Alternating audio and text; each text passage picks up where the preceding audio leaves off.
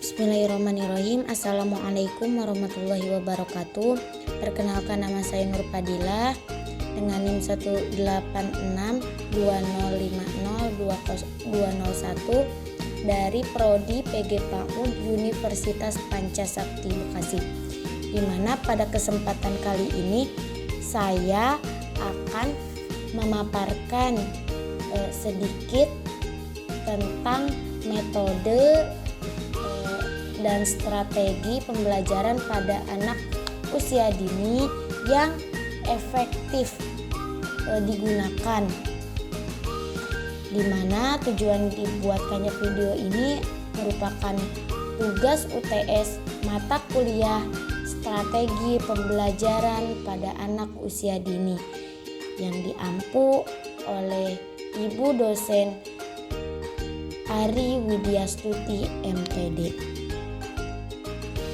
Metode atau teknik pembelajaran pada anak usia dini, di mana pembelajaran inovatif yang dapat diterapkan dalam kurikulum pendidikan anak usia dini, yaitu yang pertama ada pembelajaran berbasis proyek, di mana pembelajaran berbasis proyek ini adalah metode yang memungkinkan anak-anak bekerja sama dalam kelompok untuk menyelesaikan suatu proyek atau tugas yang berkaitan dengan topik tertentu. Melalui metode ini, anak-anak belajar untuk berkolaborasi, berkomunikasi, dan mengembangkan keterampilan kognitif sambil mengeksplorasi topik secara mendalam. Yang kedua, ada pembelajaran berbasis tanya jawab, di mana metode ini mendorong anak-anak untuk mengajukan pertanyaan dan mencari jawabannya sendiri, baik melalui diskusi, penelitian, atau eksperimen.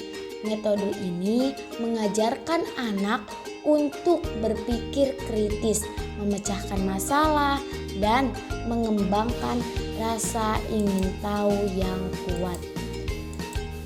Selanjutnya yang ketiga, ada pembelajaran berbasis lingkungan, di mana dalam metode ini anak-anak diajak untuk belajar langsung dari lingkungan sekitar mereka, seperti taman, kebun, atau pasar tradisional. Pembelajaran berbasis lingkungan membantu anak-anak memahami konsep-konsep dasar seperti alam, ekosistem, dan kehidupan sosial melalui pengalaman langsung. Selanjutnya, yang keempat, ada pembelajaran melalui permainan. Permainan menjadi bagian terpenting dalam proses pembelajaran anak usia dini. Melalui permainan, anak-anak dapat mengembangkan keterampilan motorik, kognitif, emosional, dan sosial. Dalam kurikulum Merdeka, permainan ini dapat disesuaikan dengan materi pembelajaran dan tujuan yang ingin dicapai. Yang selanjutnya, yang kelima, ada pembelajaran berbasis seni. Metode ini melibatkan kegiatan seni seperti menggambar, melukis, menyanyi, atau menari dalam proses pembelajaran. Seni juga dapat menjadi media yang efektif untuk mengajarkan konsep, mengembangkan ekspresi diri, dan membangun kepercayaan diri pada anak. Yang selanjutnya, yang keenam ada pembelajaran berbasis kearifan lokal, di mana dalam pembelajaran ini penting untuk menggali kearifan lokal dan mengintegrasikan ke dalam proses pembelajaran. Metode ini membantu anak-anak mengenal dan menghargai budaya, tradisi, dan nilai-nilai yang ada di masyarakat. Hal ini juga memperkuat rasa cinta tanah air dan kebanggaan akan warisan budaya bangsa.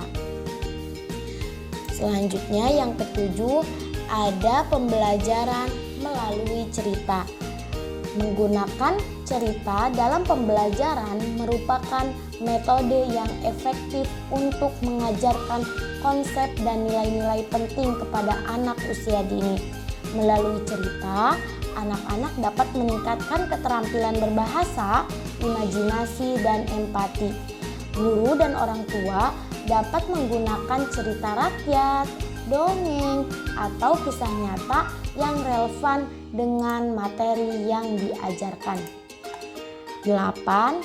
Ada pembelajaran berbasis STEAM atau STEM. Sains, teknologi, engineering, matematis, di mana pendidikan STEAM ini merupakan metode yang mengintegrasikan ilmu pengetahuan, teknologi, rekayasa, dan matematika dalam pembelajaran anak usia dini. Metode ini mengajarkan anak-anak untuk berpikir logis, analitis, dan kreatif dalam menyelesaikan masalah. Dengan mengenalkan konsep STEM atau STEAM sejak dini, kita membantu anak-anak bersiap menghadapi dunia yang semakin maju dan bergantung pada teknologi. Kesembilan, ada pembelajaran blended learning, di mana metode ini menggabungkan pembelajaran tatap muka dan pembelajaran daring dalam proses pendidikan anak usia dini.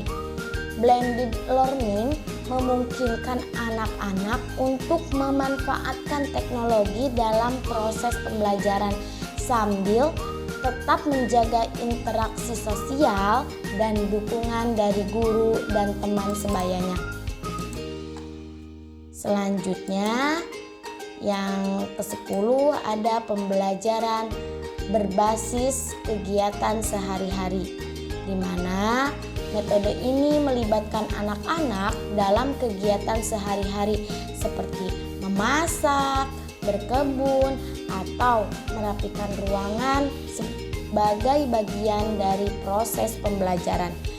Melalui kegiatan ini, anak-anak belajar mengenai tanggung jawab, kemandirian, dan keterampilan hidup yang penting untuk perkembangan mereka. Oke teman-teman, mungkin itu yang dapat saya sampaikan dalam model dan strategi pembelajaran yang efektif digunakan pada anak usia dini.